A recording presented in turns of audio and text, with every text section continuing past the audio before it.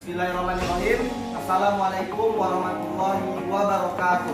Waalaikumsalam warahmatullahi wabarakatuh. Apa kabarnya semuanya? Baik, sehat, semangat, mantap, saya belajar. Baik, untuk memulai pembelajaran kita hari ini, coba kita lakukan dulu tempat duduk kita, posisinya dirapikan, rapi, agar nanti belajarnya kita lebih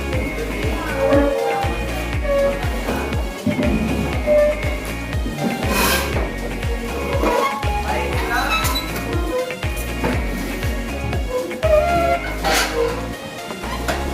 Oke, siap. Baik, untuk memulai pembelajaran kita, mohon ketua kelas untuk menyiapkan kelasnya sebelum pembelajaran kita mulai. Siap, Fran. Berdoa mulai.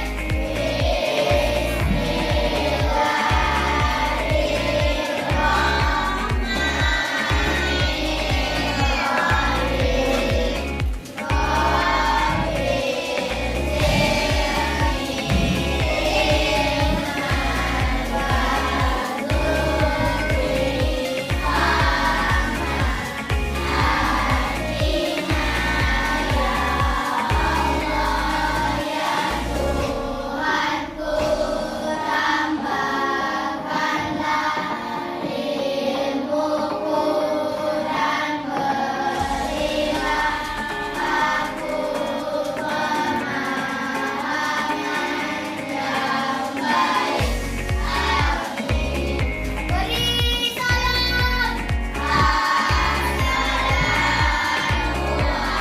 Assalamualaikum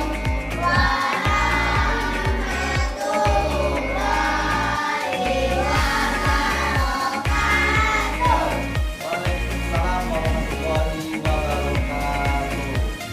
Selamat pagi semuanya. Pagi-pagi, yes. Hadir semuanya hari ini. Siapa? Sajian. Kenapa itu, ada yang tahu kemana? Kakaknya Oh, kakaknya. Kakak sepupunya meninggal. Cuma dia aja. Nabi. Oh, Dia izin pada sakit. iya iya.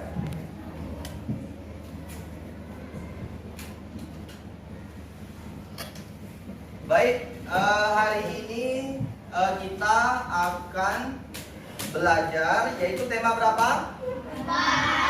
Tema 4 ya. Pembelajaran 4, fokus pembelajaran bahasa Indonesia dan PKN IPS. Nah, hari lalu kita membahas tentang pembelajaran keberapa? Satu. Tentang? Ada yang masih ingat? Peredaran darah pada manusia.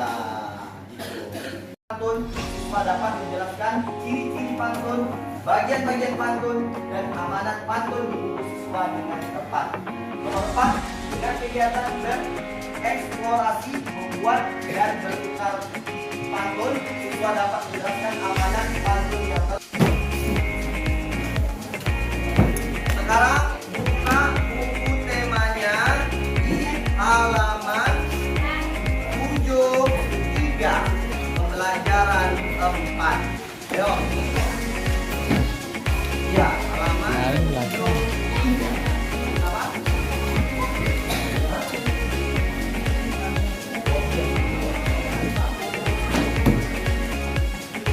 Sudah buka?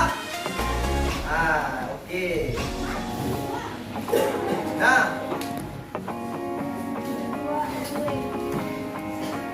RW, kita bahas itu tentang RW. Siapa yang tahu dari RW? Kepanjangan RW? Ya. Hah? Ya, ikut. Wah, ya. Oh, RT? Apa? Jangan menjual ya. Apa? Rukun tetangga. Bagus. Ya. Ini rukun warga. Apakah kalian kenal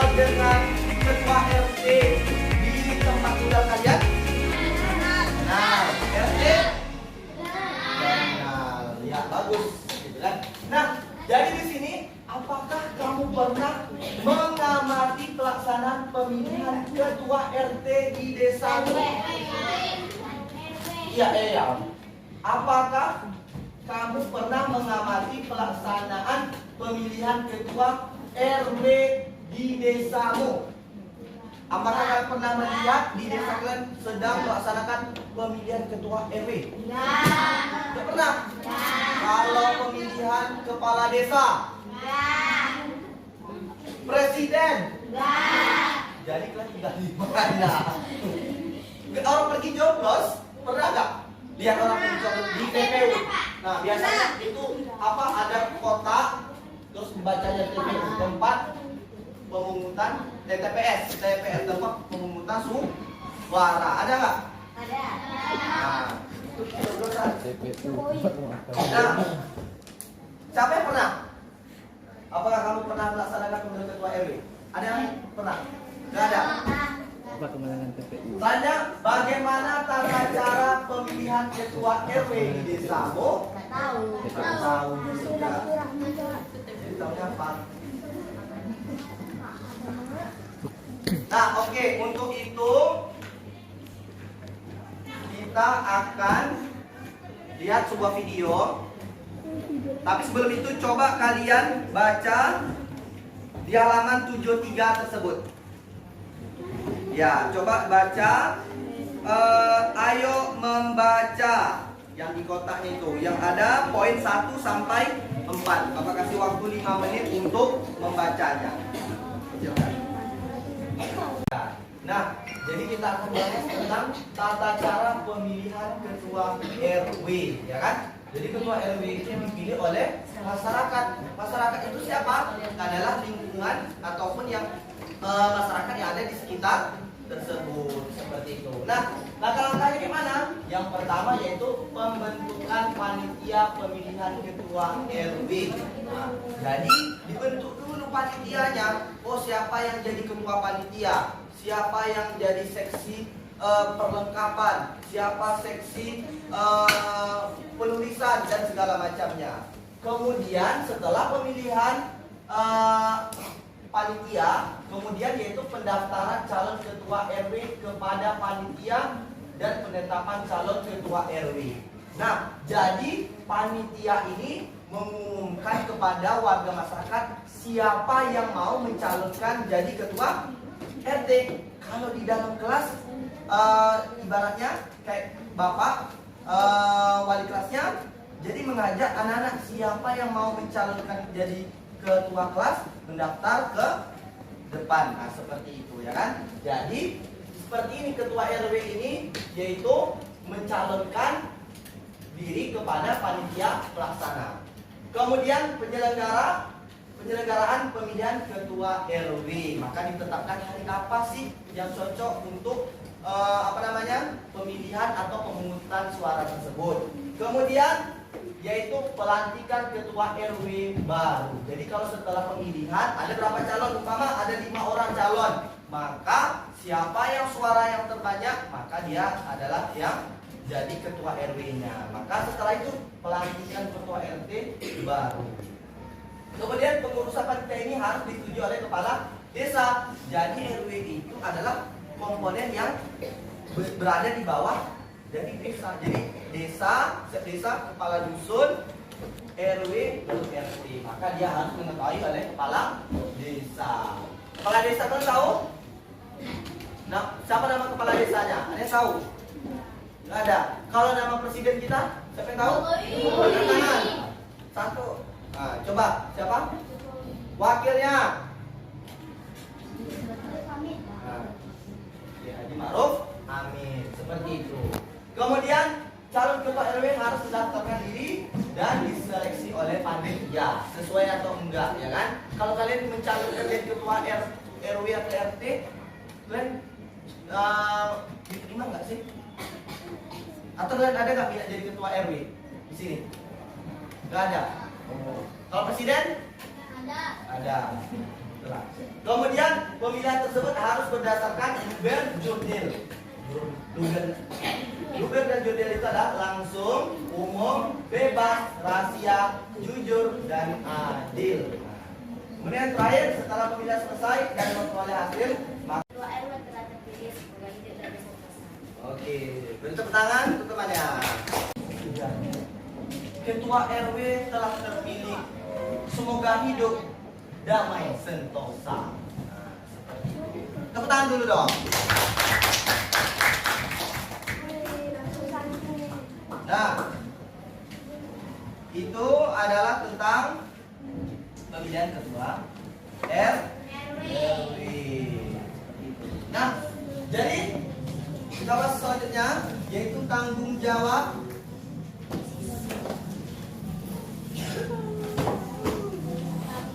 siswa di sekolah. Itu contoh tanggung jawab siswa di sekolah. Yang pertama apa? Belajar dengan tekun. Belajar dengan tekun. Yang kedua? Menjaga kebersihan sekolah. Yang ketiga? Mengikuti acara sekolah melaksanakan acara bendera atau bahasa kelas. Yang keempat? Berperan serta dalam pemilihan ketua kelas. Apakah kalian sudah melaksanakan dari tanggung jawab dari poin 1 ke 4 ini? Nah, Sudah ya kan? Pertama tadi belajar dengan tekun. Apakah kalian sudah tekun belajarnya? Belum. Kenapa belum? Harus banyak main-main. Ya harus juga banyak main-main juga harus banyak belajar. Jadi harus imbang. Bukan tidak boleh main, tetapi jangan lupa juga belajar. Kemudian menjaga kebersihan sekolah. Nah, tadi kita sudah melaksanakan yaitu kebersihan lingkungan sekolah. Udah ada di unit sampahnya? Ada. Siapa yang ngutip tadi? Sama. Kalau sampahnya berserakan, apakah kita merasa nyaman di lingkungan yang kotor? Tidak, ya kan? Bahkan kalau sampahnya banyak, kalau kita membuang sampah sembarangan di sungai, bisa jadi apa? Banjir, ya kan? Nah, jadi jangan membuang sampah sembarangan. Kemudian mengikuti acara di sekolah, misalnya upacara bendera atau lomba antar kelas. Apakah kalian pernah mengikuti lomba? Lomba apa? Siapa ya? Tari tambang. Menang? Menang atau enggak? Atau kalah? Yang apa? Menang ataupun kalah itu dalam perlombaan itu hal yang biasa. Dan yang terakhir, berperan serta dalam pemilihan ketua kelas. Kalau tadi kita bahas pemilihan ketua, kalau sekarang pemilihan ketua kelas. Kan? Tahu nggak pantun, ya kan? Pantun itu di zaman dahulu digunakan untuk sarana komunikasi. Biasanya di zaman dulu orang berpantun itu ketika ada acara, ya kan? Pernah nggak kalian lihat pesta pernikahan mereka berpantun? Gitu? Itu sebagai sarana komunikasi, gitu kan? Pantun itu kan? Nah, kemudian kita akan bahas yaitu pantun nasib, ya kan? Di sini ada pantun. Siapa yang berani? Ke depan, baca lagi. Sit up, biar berani, biar biasa. Bapak kasih hadiah. Maju, cepat. Ayo. Tapi pakai saja ya, jalur saja baca pantunnya. Oke. Cakep. Nah, coba kalau dia baca nanti bilang cakep ya. 3, 4. Suku enak buah sukun. Cakep. Hasil panen dari kebun paman. Cakep. Hidup bertetangga harus rukun. Cakep. Agar tercipta ketentraman. Cakep. Tepuk tangan. Ya. Oke, hadiahnya. Ini hadiahnya. Ya. Tepuk tangan. Nah, tadi sudah dibaca. Atau ini sungguh enak buah sukun. Tahu buah sukun enggak? Enggak tahu. Tahu. Buah nangka tahu? Buah sukun. Sungguh enak buah sukun. Oke, perhatian. Sungguh enak buah sukun. Hasil panen dari kebun paman. Hidup bertetangga harus rukun agar tercipta ketentraman. Nah, itu pantun narsis. Kemudian ada pantun siasan. Sampai berani? Makasih hadiah ini lagi. Kalau enggak tak kasih. Gak ada. Jadi ada bapak aja bang. Nah, naik kereta di dalam gerbong. Bangkunya panas, berbau sangit.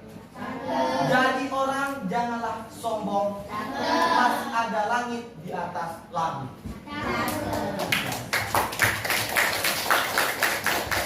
Jadi artinya apa? Ketika kita hidup di dunia ini, kita tidak boleh sombong, karena di atas langit ada langit. Mungkin di kelas kita yang paling pandai, paling hebat. Tapi ketika kita keluar sekolah yang lain atau kelas yang lain, masih ada yang pintar dari kita. Jadi jangan merasa sombong dengan apa yang kita miliki. Justru kita apa yang kita miliki, kita menjadi rendah hati dan juga bisa berguna apa yang kita punya, kelebihan yang kita miliki gitu kan. Umpama kita pandai dalam pelajaran matematika. Jadi kita harus saling berbagi. Berbagi dalam arti apa? Belajar bersama. Nah, yang tadi isi makna pantun, hidup rukun menciptakan ketentraman. Jadi pantun yang kita lagi bacakan tadi itu adalah hidup rukun menciptakan ketentraman. Amanah pantun, kita harus hidup rukun. Nanti kan jangan ya ribut.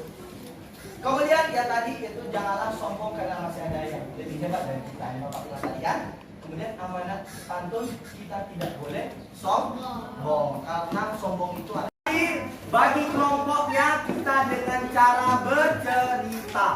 Jadi kalau Bapak bercerita nanti berapa hitungannya, maka kalian harus cari berapa orang nanti. Paham? Jadi kalau Bapak bercerita ada sebuah sebuah 3. Lihatkan ke depan kamera.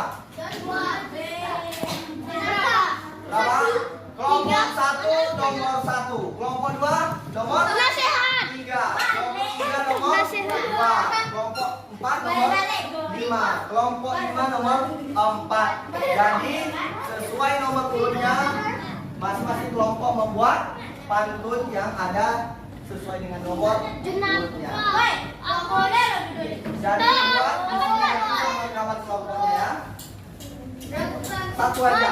Satu kelompok satu pantun. Satu kelompok satu pantun ditulis di lembar alamatnya dan dikumpulkan. Ayo. Pantun apa tadi? Teka-teki. Bisa kan? Jangan lupa di lembarnya itu tulis kelompoknya dan nama kelompoknya, ya. Nama kelompoknya jangan lupa.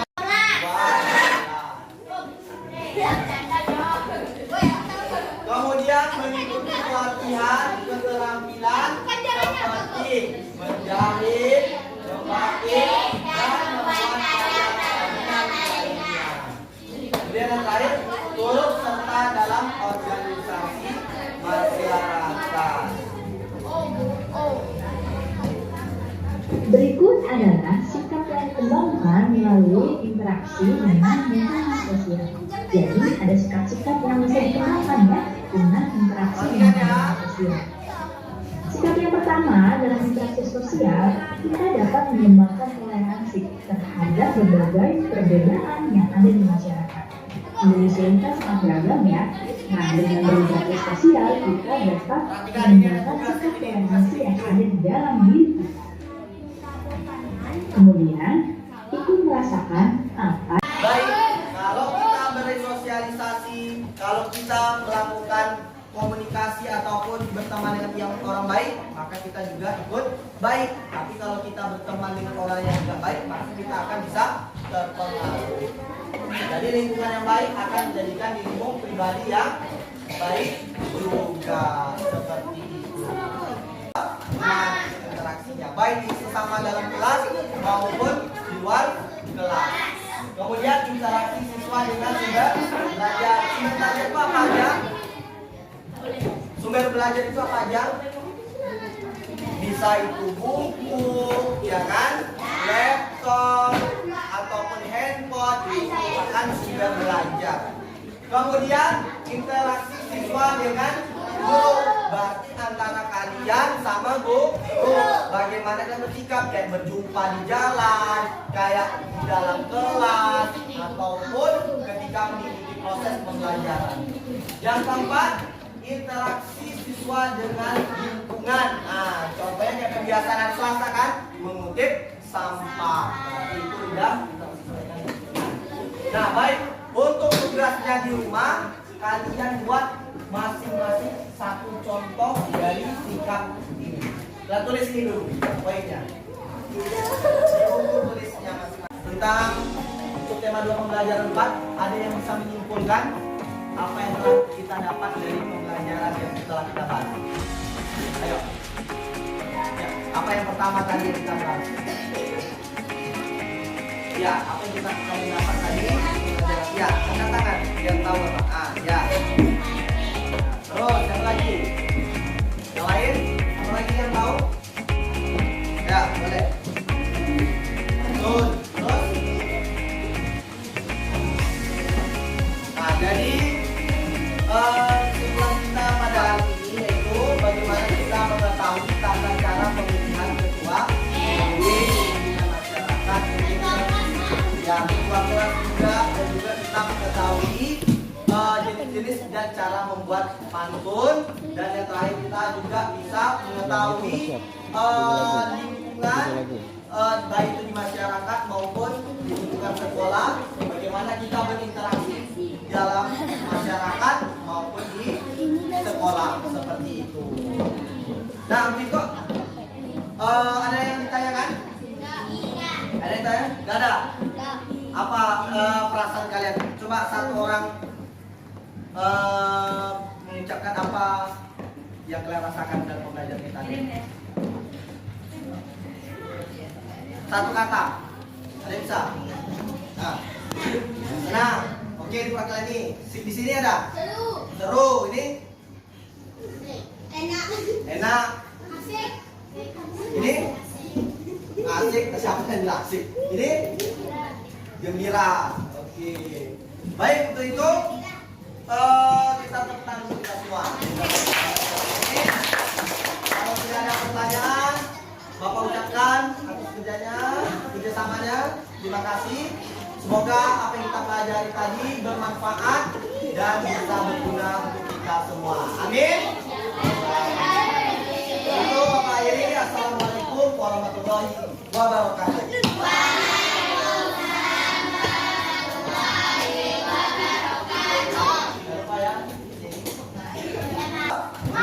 Interaksinya baik di sesama dalam kelas maupun di luar kelas. Kemudian interaksi siswa dengan sumber belajar. Sumber belajar itu apa aja? Sumber belajar itu apa aja? Bisa itu buku, ya kan? Laptop ataupun handphone, itu merupakan sumber belajar. Kemudian interaksi siswa dengan guru, berarti antara kalian sama guru. Bagaimana kalian bersikap, kayak berjumpa di jalan, kayak di dalam kelas, ataupun ketika mengikuti proses pembelajaran.